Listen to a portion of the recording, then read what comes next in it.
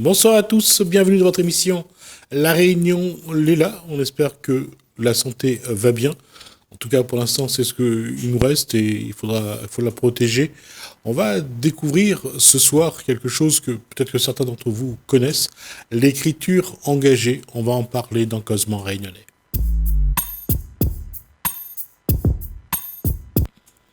Bonsoir Mathias Lagan. Lagan, pardon. Bonsoir Gismir Amoudou. Alors, j'allais dire, on va découvrir l'écriture engagée. C'est quelque chose qui date depuis longtemps, c'est quelque chose que vous avez, j'allais dire, initié, inventé, créé. Ça fait des années en fait que l'écriture engagée, ça me parle, ça me porte, ça m'emporte même parfois. Et avant de vous parler plus précisément de l'écriture engagée, je voulais vous parler des différents rôles de l'écriture à travers un rap. Donc je vais vous lire un rap et ensuite on viendra sur l'écriture engagée de manière plus précise. D'accord.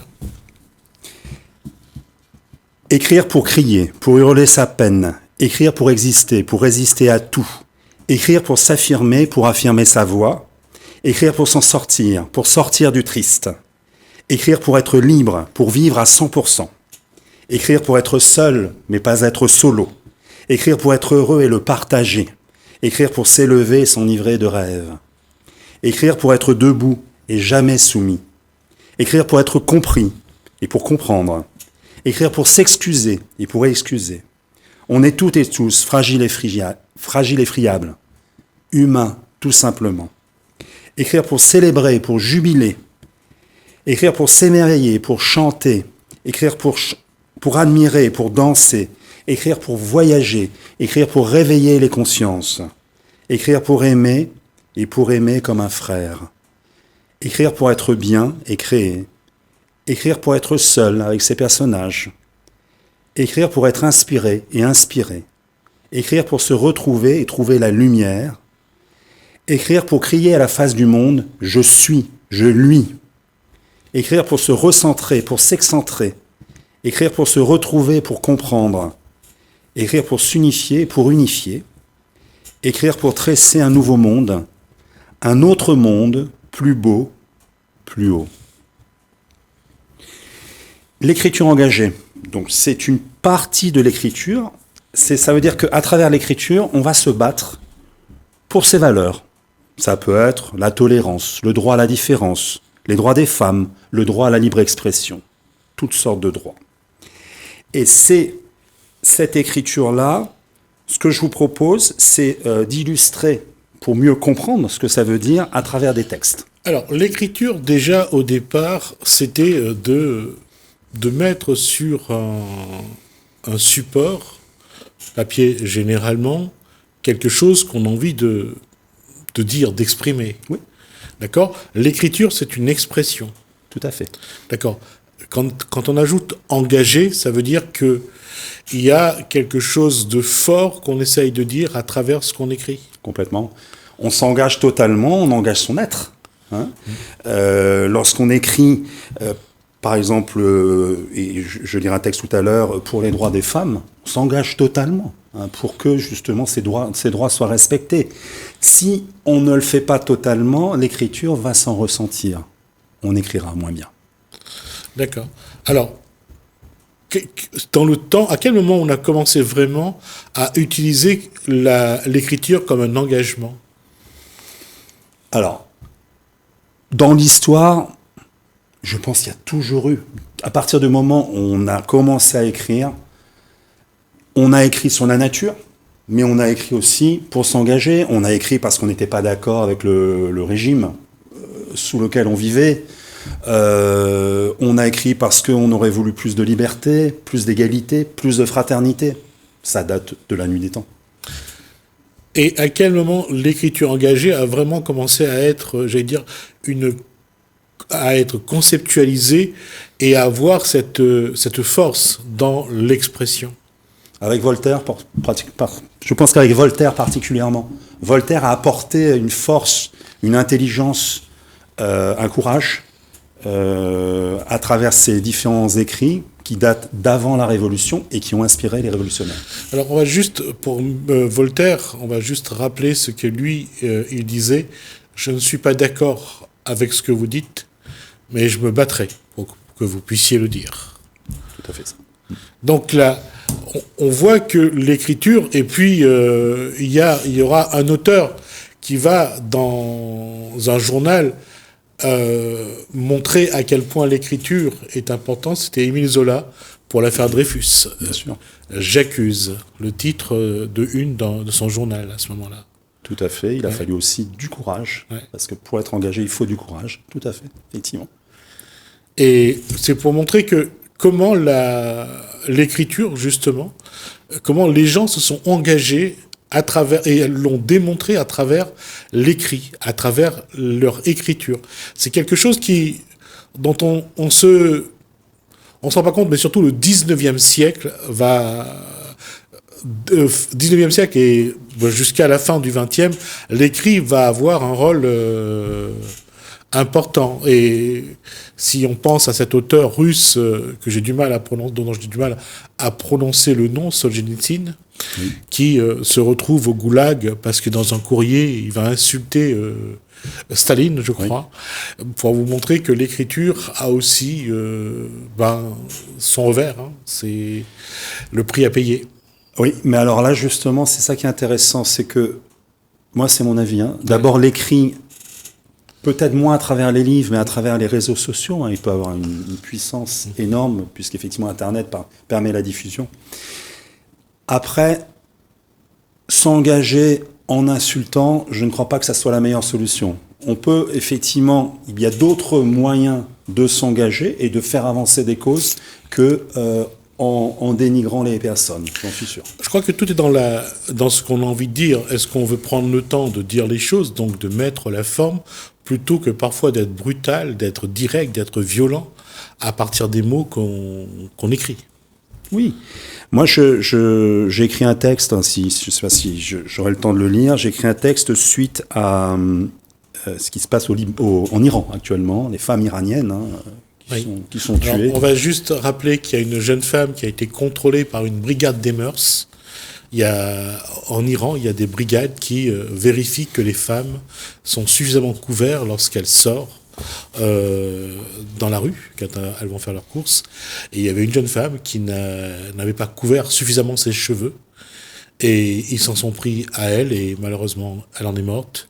Et ça a déclenché une révolution depuis quelques semaines déjà, et ça devient une affaire d'État maintenant, enfin une affaire entre États, puisque l'Iran accuse les États-Unis et Israël de mettre l'huile sur le feu, d'entretenir la polémique et le problème.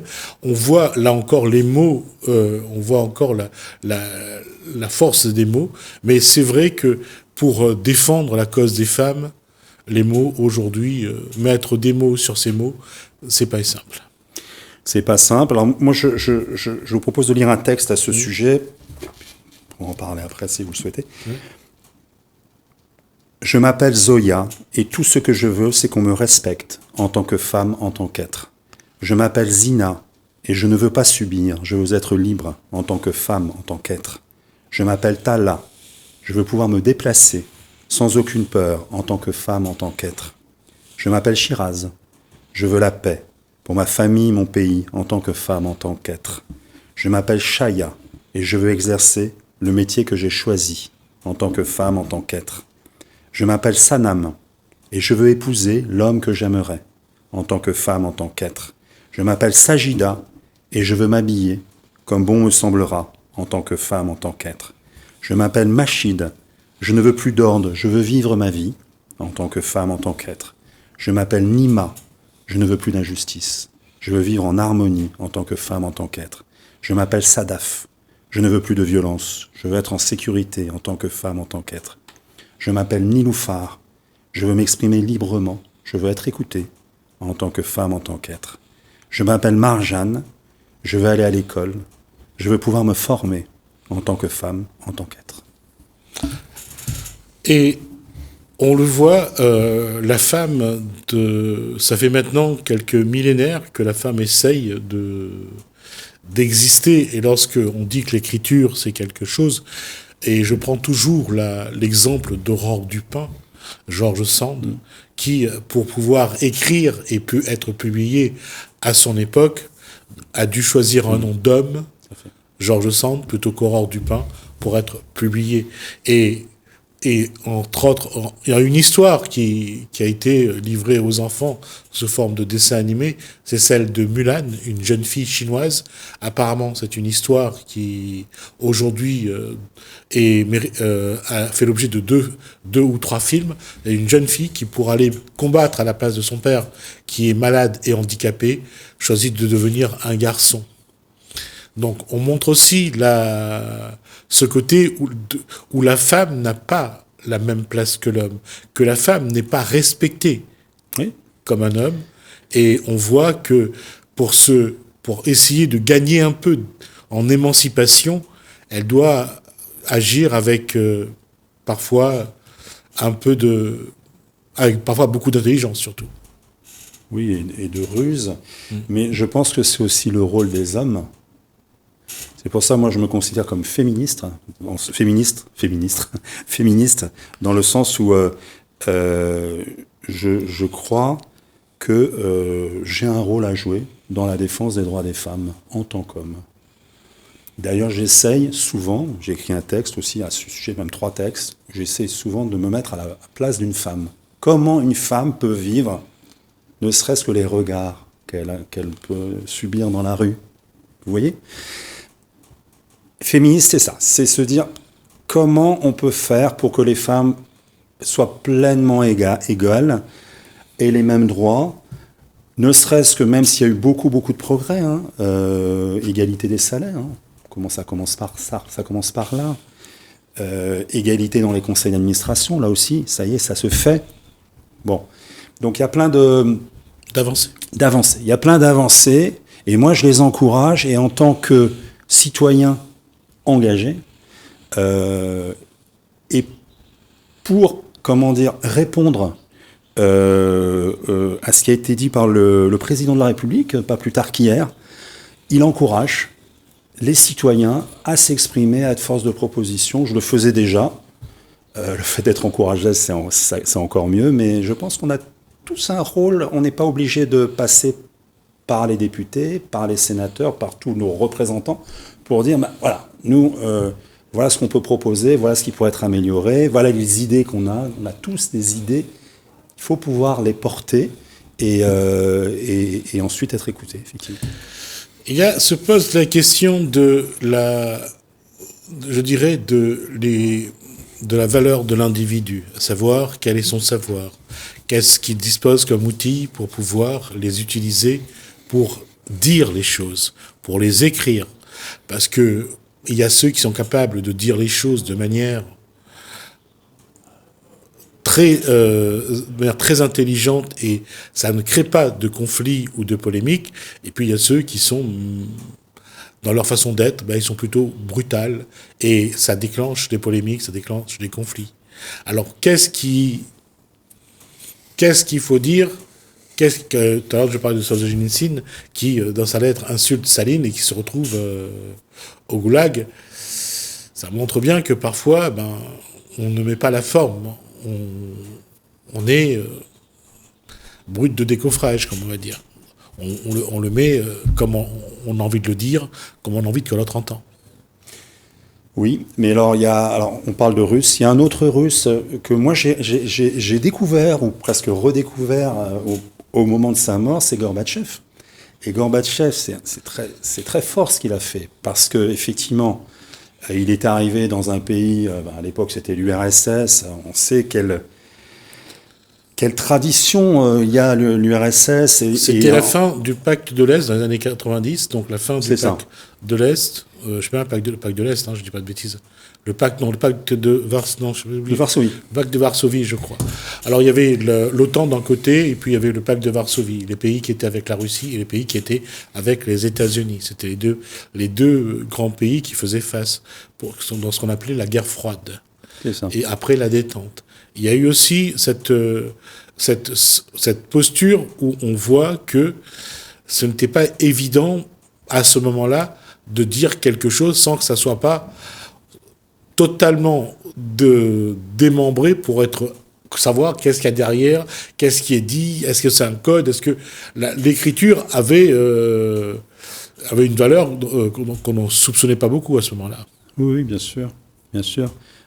Mais voilà, donc Gorbatchev, en fait, il est arrivé avec des idées, comment dire, qui ont pu étonner à l'époque, mais il a fait évoluer. Alors, avec deux mots, il y a eu la glasnost et la perestroïka. C'est ça.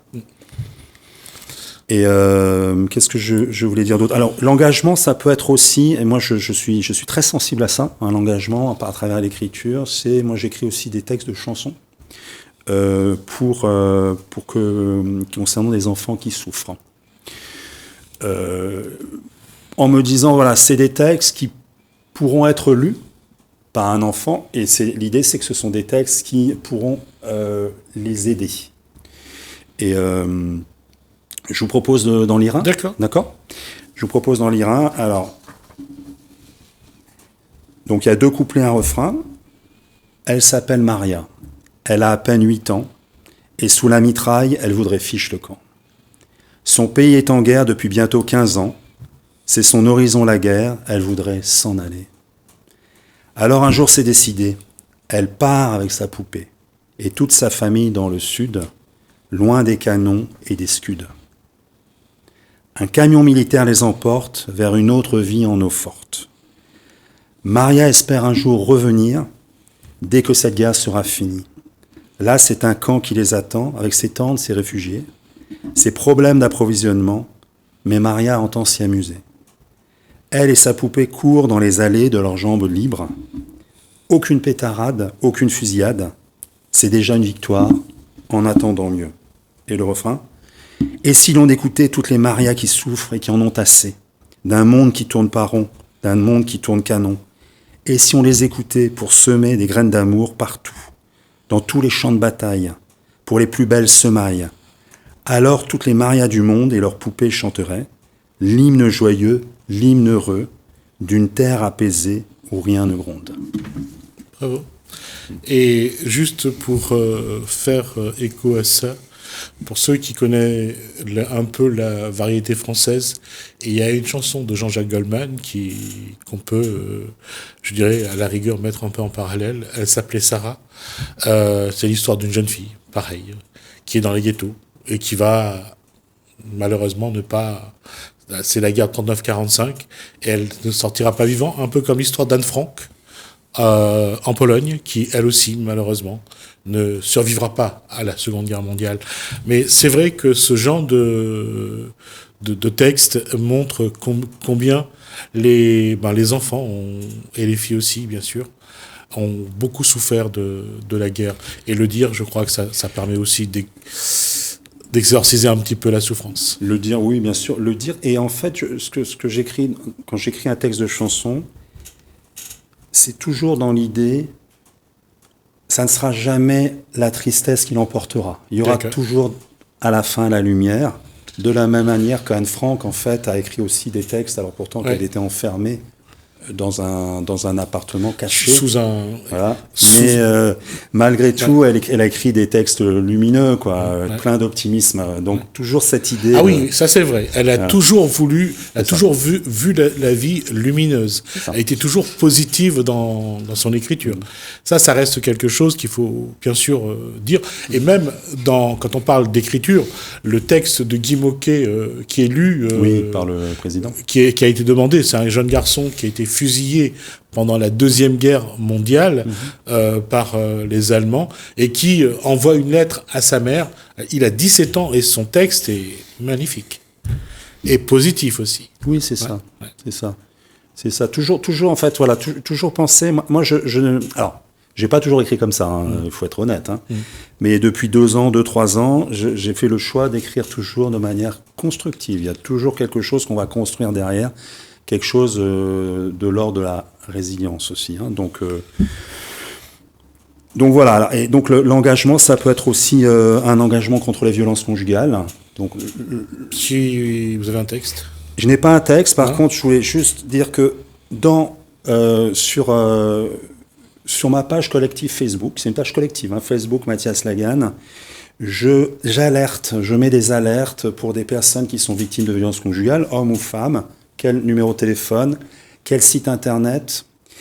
Je suis particulièrement les actions de Marlène Schiappa à l'époque où elle était ministre, donc il s'occupait plus particulièrement de ça, mais encore maintenant, puisque dans le parti, elle est chargée aussi des violences conjugales. Donc je suis particulièrement ces actions de tout ordre d'ailleurs et de tout l'exécutif. Et sur Instagram en particulier, mais aussi sur Twitter, je suis actif en termes, par rapport à ce que je disais tout à l'heure, je prolonge, on va dire, force de proposition, réflexion, manière de voir autrement. Je pense qu'en tant que créateur, je dis pas artiste, en tant que créateur, parfois je peux donner un autre angle sur certains points de vue. Donc je tweete la première ministre, je tweete principalement le ministre de l'Éducation et la ministre de la Culture, parce que c'est des sujets sur lesquels je suis pertinent. Il y en a d'autres où je le suis beaucoup moins, donc je vais moins intervenir.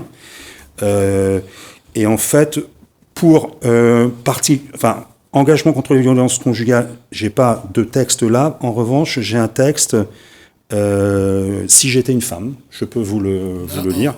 Si j'étais une femme, il faut juste que je le retrouve dans mes papiers. Ça doit être là. Il est là.